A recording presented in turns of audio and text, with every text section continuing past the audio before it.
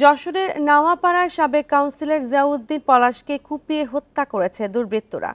শনিবার রাত 10টার দিকে পৌর শহরে এই হামলার ঘটনা ঘটে। নিহত জিয়াউদ্দিন পৌরসভার 4 নম্বর ওয়ার্ডের সাবেক কাউন্সিলর এবং আওয়ামী লীগের সাধারণ সম্পাদক ছিলেন।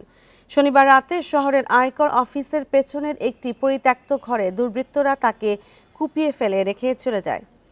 এলাকাবাসী তাকে উদ্ধার করে অভয়নগর উপজেলা স্বাস্থ্য কমপ্লেক্সে নিয়ে গেলে রাত 10:30টায় চিকিৎসক তাকে মৃত ঘোষণা করেন।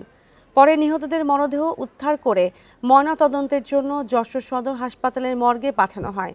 প্রায় 2 যুগ আগে জিয়াউদ্দিনের বাবা শ্রমিক নেতা ও 4 নম্বর ওয়ার্ডের কাউন্সিলর ইব্রাহিম হোসেনের সর্দার দুর্বৃত্তদের গুলিতে খুন হন।